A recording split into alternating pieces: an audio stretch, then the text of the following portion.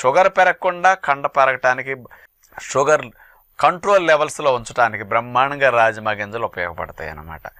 ఇందులో 100 గ్రాముల రాజ్మా గింజలు తీసుకున్నప్పుడు 16 గ్రాముల పీచు పదార్థాలు ఉన్నాయండి.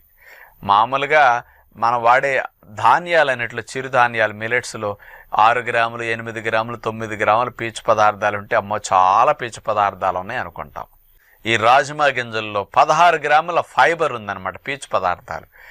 ఈ ఫైబర్ ఏం చేస్తుందంటే మనం తీసుకున్న ఆహార పదార్థాలు ప్రేగుల్లో జీర్ణమైన తర్వాత ఆహారాల్లో ఉండే కొవ్వులు ఏమైనా ఉన్నాయనుకోండి, మనం కొవ్వు పదార్థాలు తింటుంటాం కదా, నూనె రూపంలో, నెయ్యి రూపంలో, కాస్త పాలు పెరుగు మేగడ రూపంలో, ఇక ధాన్యాలు పదార్థాల్లో ఉండే కొవ్వులు ఏవైతే ఉన్నాయో ఈ కొవ్వులు రక్తంలో చేరకుండా, త్వరగా కొవ్వు పదార్థాలు బ్లడ్లోకి చేరకుండా ఈ ఫైబర్ కంట్రోల్ చేస్తుంది. అందుకని వెయిట్ పెరగకుండా ఈ కొవ్వు